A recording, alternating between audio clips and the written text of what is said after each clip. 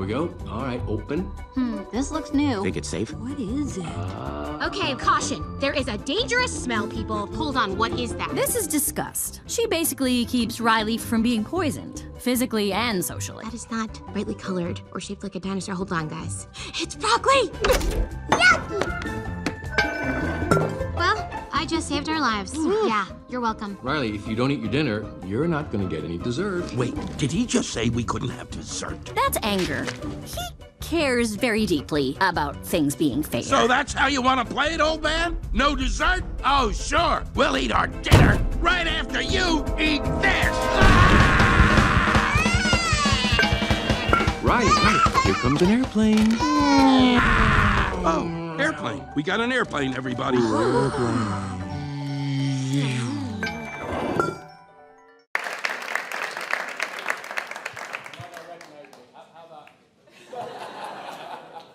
Who is this man in front of us? This strange person from another universe. Hi, Kyle. How are man, you? I'm good. How are you? How fun to be Thank you so here. much for joining us. I'm happy to be here. This is fantastic. For those of you who haven't gotten to see Inside Out yet, let me just tell you what a treat you're in store for. It might be Pixar's best movie yet, and that is a tall order. Kyle, I know you haven't done a ton of voice work in your career. Tell me a little bit how Inside Out came about and why you decided to dive into it. So the call came in from, I have a commercial agent and named Liz Darling, and so she called, and she's from England. She says, Kyle, darling, listen, they've called from Pixar, and they want to, and I said, Liz, stop, I'm in. You had me at Pixar. And I said, I don't care what I have to do, sweep the floor, whatever it is. So so they actually called in and asked if I would be interested in doing the voice of Riley's father. And I said, well, absolutely. Can I have a mustache? I said, no, I didn't say that. But they gave me a mustache, so anyway. Have you been offered animated characters throughout your career? Why haven't we Most of seen my you do a lot career of is that? animated, if you don't notice, Matt. No, this was really... I did the voice of Superman but that was about it, apart from doing ADR for movies and TV shows and stuff, which you do, but nothing like this. This was the first time.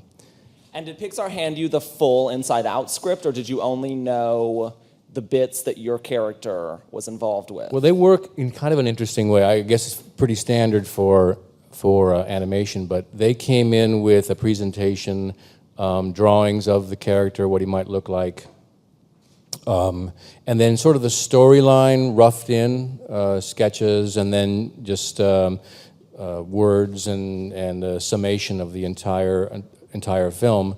And I had a long conversation with Pete Docter, a director, Jonas Rivera as a producer, and Ronnie Del Carmen, who was co-director at the time. And they really filled me in on what they were expecting, what they were looking for, who this guy was.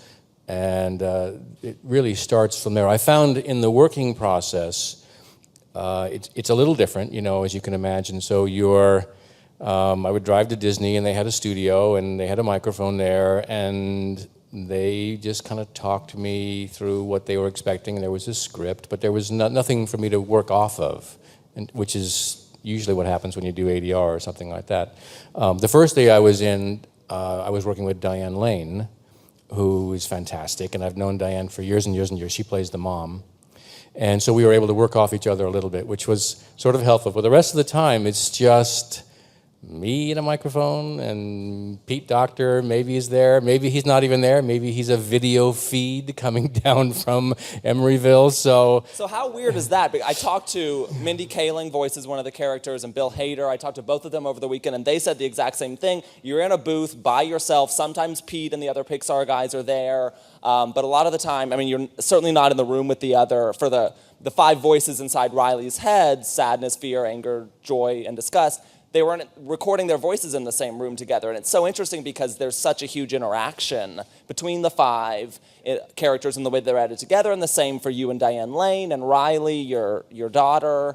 How strange is it to do an animated character with no audience and no visuals? It's I found what I would do is I would actually run my version of the film in my brain, which wasn't nearly as interesting as the film that you see, but I would run that as I would do my dialogue. So trying to figure out the logic and the sequence, things that are pretty, I guess they're interesting to me, boring to everybody else, but when would I say the line? When I am at the door, when I'm walking towards her, when I'm sitting on the bed, what happens there? So I would kind of create, well, what would I do with my son? My son is going to be 7 here in a month, and so I've been, well, how would I approach him? So I just, fell back on what I imagined it might be, and that's how it happened. But it's such a thrill to see, being such a small part of this, to come to the premiere just the other night and to see it assembled and just the complete magic that I think the film is. And I know you agree with me on that. Yes. That's really fun. And Inside Out is interesting because all of Pixar's movies are they're known for their approachability. Adults enjoy them. They all kind of have like deeper layers to them. But Inside Out really takes that to another level. This is a family movie whose themes I think resonate the most with adults because it's and I don't want to spoil all of what those themes are, but there are a lot of big ideas in the movie. Did you feel that way being involved with the movie, seeing the movie? Kind of what do you think a child audience will bring to this that's different than an adult audience can? Well, I think in the tradition of Pixar, there's a little something for everyone, and maybe in the tradition of Disney. So you have themes that the adults are going to respond to, and then there's plenty of stuff for kids, depending upon the age, to react to and to respond to. Hi, wife. Just looked over and saw my wife out there. Hi, babe. As you said, Matt, there are some pretty big themes here. The importance of family, obviously, is one.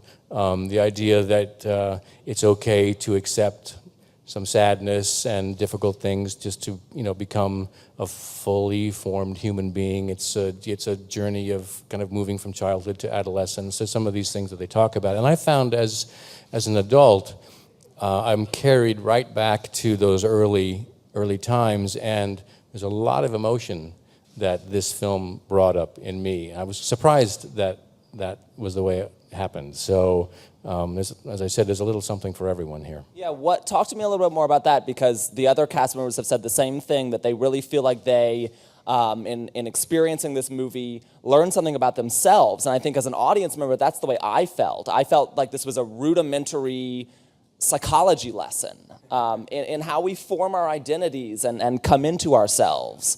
What did it make you think about your own life experiences? It was it reinforced in me, I think, as a parent, some things that are really important. And one is patience. Patience, particularly as you deal with a child growing up and realizing that they are really coming to so many of these new emotions for the first time, trying to figure out how they interact, how they relate to each other. So patience, and also just being present. It's like oftentimes there'll be something that I want to talk about with my son, and I'll sort of begin to open the conversation, and he'll just not interested at all and move on to something else. And then when I'm in the middle of, maybe it's the fourth quarter or something in football, he says, "Dad," and he says something, and I'm like, right, okay. And just put everything aside and just say, "Yeah, what's up?" And he, at that moment, he'll say something profound or something that's on his mind, and it'll start innocently enough. But, to sort of follow that course, that thread, to find out what really might be bothering him or what he might be happy about, something like that. So being present was another thing, which the father in this movie is having a difficult time, because part of the conceit here is that the family has moved from Minneapolis to San Francisco because the dad has got a new job, new opportunities, and he has brought his family with him. And along with that comes probably less focus,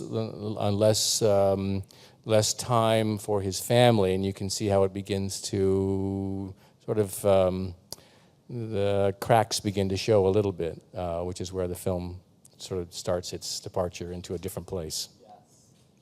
I want to backtrack a little bit before we open it up to the audience. I'm right in the middle of reading Down and Dirty Pictures, which is Peter Biskin's book about the rise of Sundance and Miramax and independent film in the 90s, and sex, lies, and videotape plays a huge part in the book, and of course in recent film history as well. And the book spends a good amount of time talking about that experience of being at Sundance with Sex, Lies, and Videotape before the Sundance Film Festival was what it is now, before independent film was what it is now.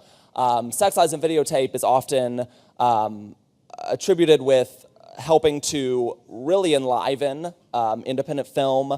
And I know you guys weren't expecting to walk away from that festival with the accolades and everything that you did.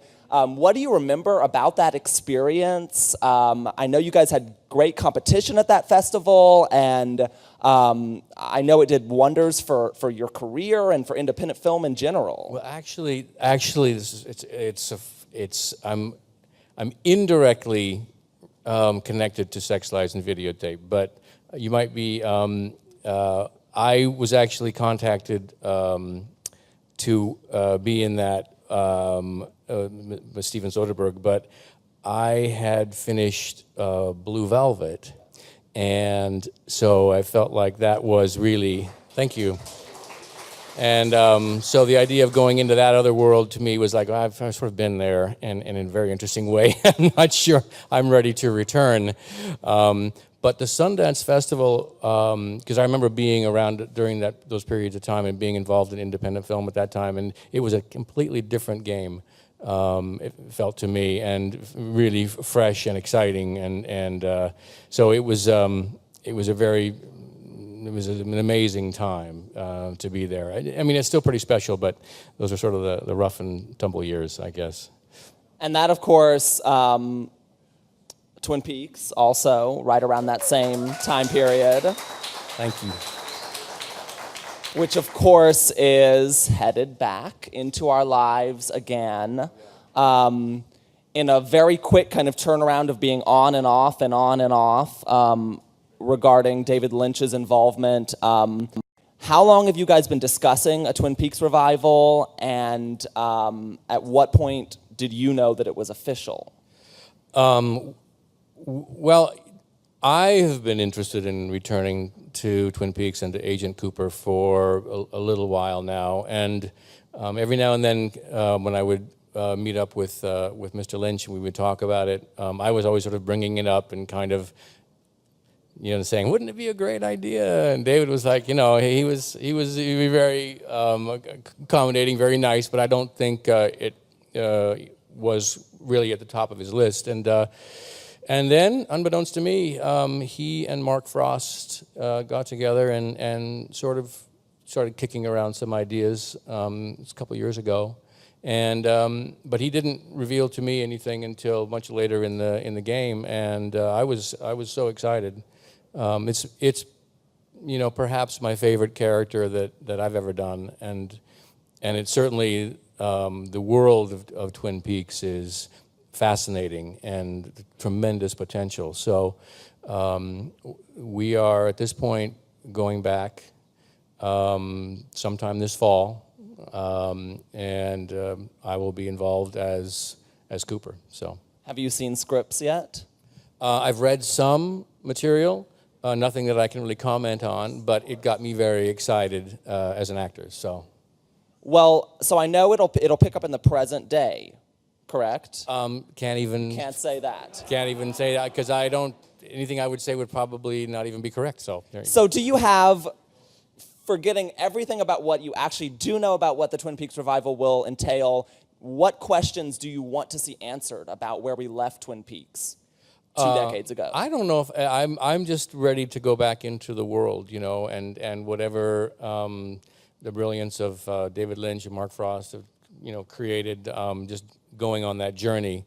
Again, that the character to me was so interesting and complex that I'm curious to find out how I'm going to return after the time that I've been away from it, what changes or feelings I'm going to have. So I have no idea how I'm going to interact with this. It's all new.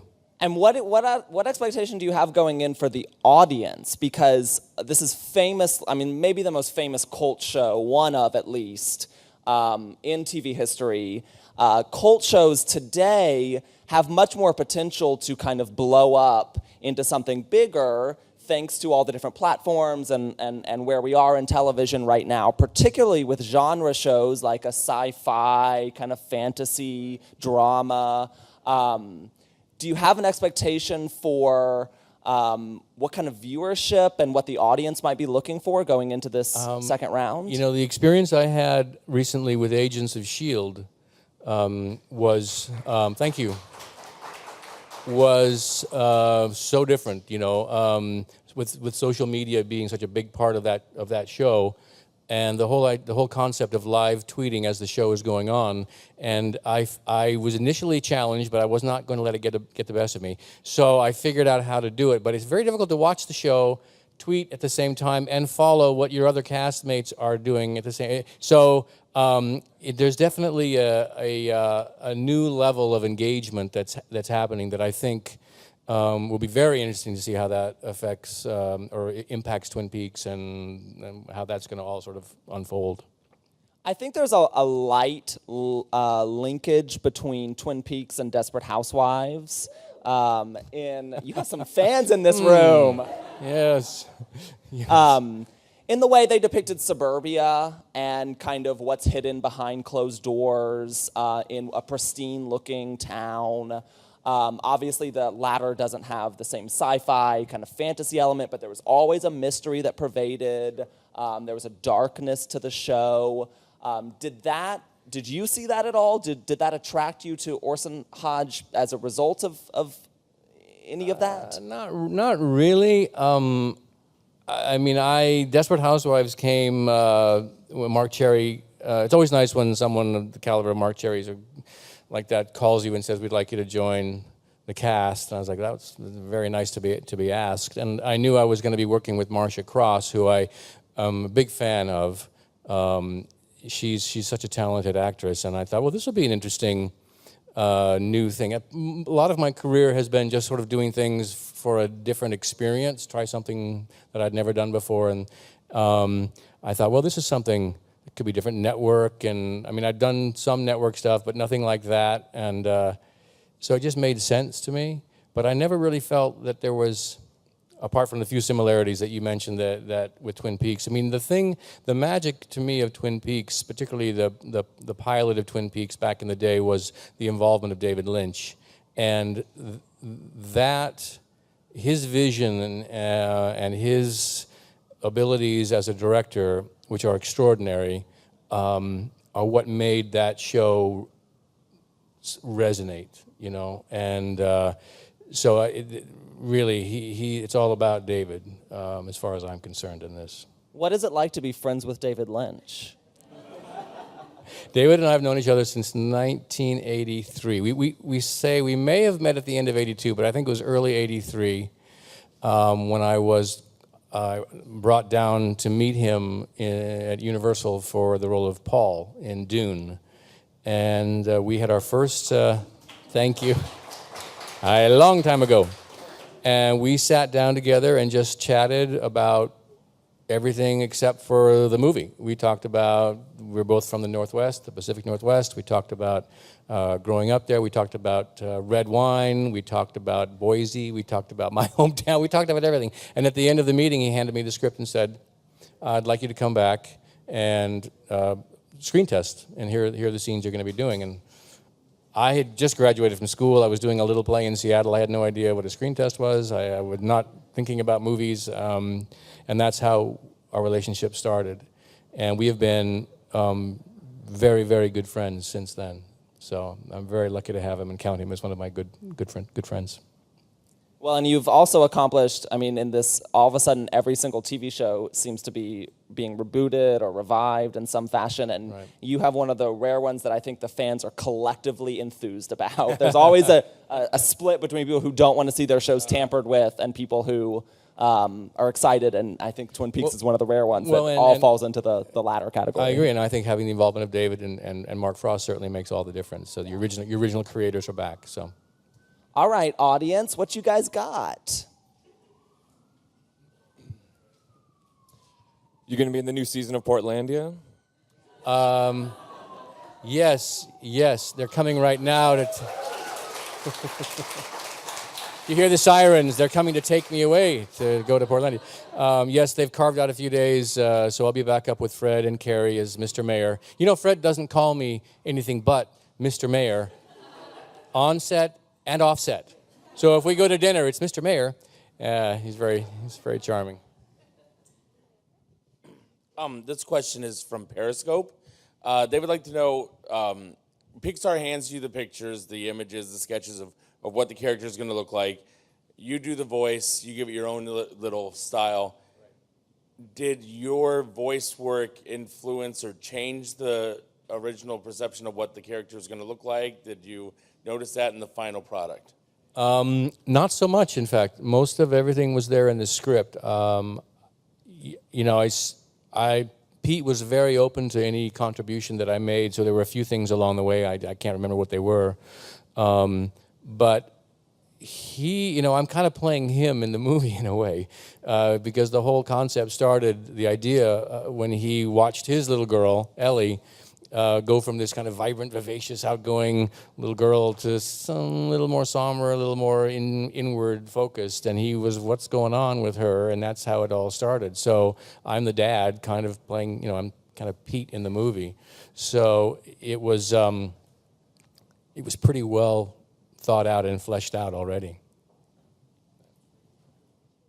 So it's been about 25 years since Twin Peaks first aired. What do you think is going to be the biggest challenge associated with returning to the role of Special Agent Dale Cooper? Well, my knees are not quite what they used to be.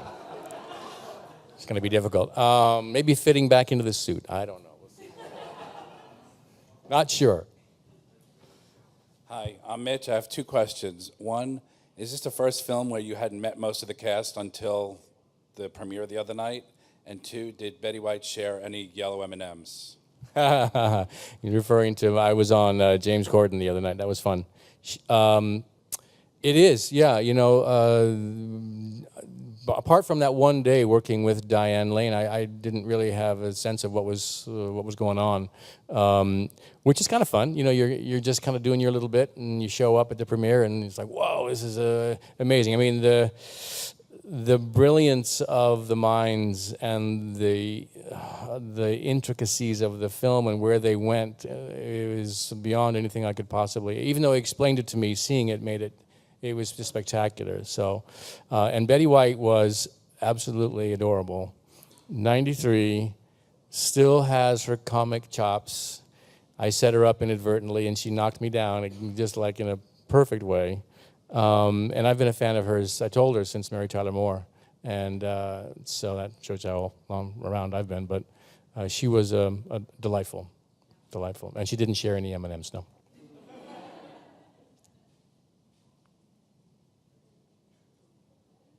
Will Log Lady be back? Log Lady will be back. I believe so. I hope so. She better be back. I've heard that she's actually kept the log. Yeah. Log is not... Only one log? Yeah. The log that is you not used in... for the entire 2 seasons of the show. Yeah. I think she had... Like a special log? I don't know if she had a Lloyd's of London, like, insurance claim on it or not. But the log is not in good shape, so we'll see. We'll see. Yeah. Anyway. Hello. Hello. How much of that damn good pie did you have to eat during the original filming of Twin Peaks? And will your character be eating some more of that damn good pie? I'm sure he will be. I drank more of the coffee than eating the pie. But a little bit.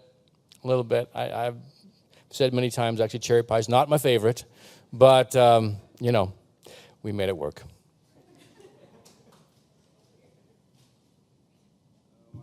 Hey, Kyle. Are you going to let your kid watch Twin Peaks? Oh, interesting.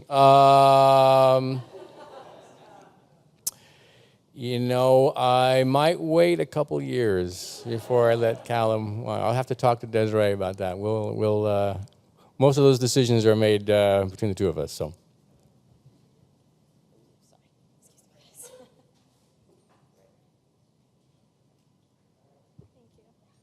Hi. Hi. So they say that acting is good.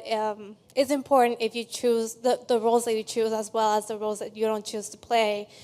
Have you ever had to choose something that you didn't really want to but felt like you wanted to be in it because it would push your career forward?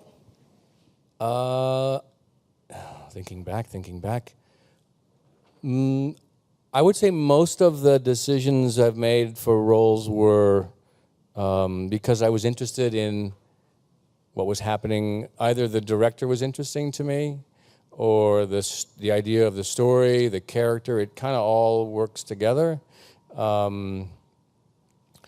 As I've gotten older, other priorities have kind of crept in. You know, I have a family now, and being away from my family is something I do not like to do. So that influences choices that I make.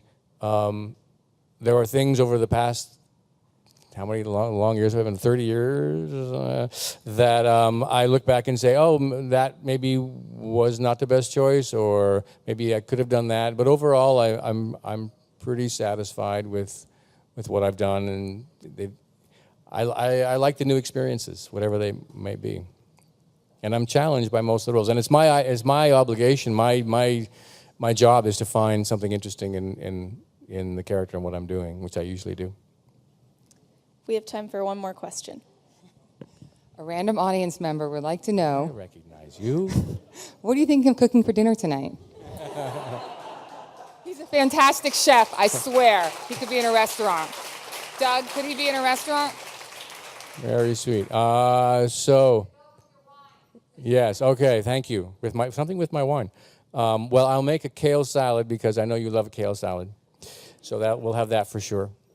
And I don't know. We've got some chicken marinating in some buttermilk there that I might sort of fire up. We'll see how that works.